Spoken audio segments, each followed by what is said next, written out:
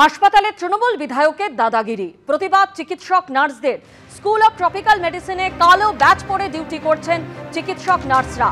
কাঞ্চন মল্লিকের আচরণের নিন্দা জয়েন্ট প্ল্যাটফর্ম অফ ডক্টরসেরও। সাধারণ মানুষ যারা প্রতিবাদ করেছেন তাদেরও ধন্যবাদ। প্রতিবাদ প্রতিরোধ তীব্র হলে এই ধরনের অসভ্য অভব্য ক্ষমতার আস্ফালন কমবে। বিবৃতি দিয়ে কাঞ্চন মল্লিকের আচরণের নিন্দা জয়েন্ট প্ল্যাটফর্ম অফ ডক্টরসের। গতকাল স্কুল অফ ট্রপিক্যাল মেডিসিনের বিভাগীয় প্রধানকে হুমকি দেওয়ার অভিযোগ ওঠে উত্তরপাড়া তৃণমূল বিধায়ক কাঞ্চন মল্লিকের বিরুদ্ধে। গতকাল তৃণমূল বিধায়কের স্ত্রীর দিদিমাকে ত্বকে চিকিৎসার জন্য নিয়ে যাওয়া হয়। অভিযোগ, হাসপাতালে ভিড় থাকায় মেজাজ হারান তৃণমূল বিধায়ক। চিকিৎসকের নাম ও রেজিস্ট্রেশন নম্বর জানতে চান বলে অভিযোগ। তাকে বদলি করে দেওয়ার হুমকিও দেওয়ারও অভিযোগ ওঠে কাঞ্চন মল্লিকের বিরুদ্ধে।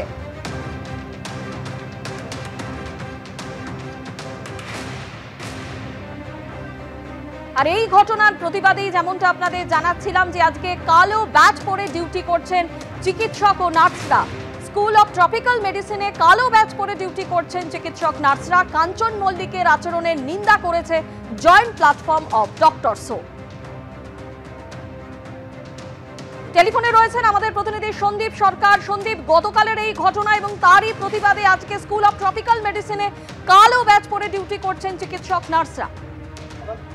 হ্যাঁ, গতকাল যে ঘটনাটি ঘটেছে, বিধায়ক কাঞ্চন মল্লিক তিনি সস্ত্রীক এসেছিলেন এবং তার বিরুদ্ধে অভিযোগ উঠেছে হাসপাতালেরই এক বিভাগীয় প্রধান তার সাথে দুর্ব্যবহারের।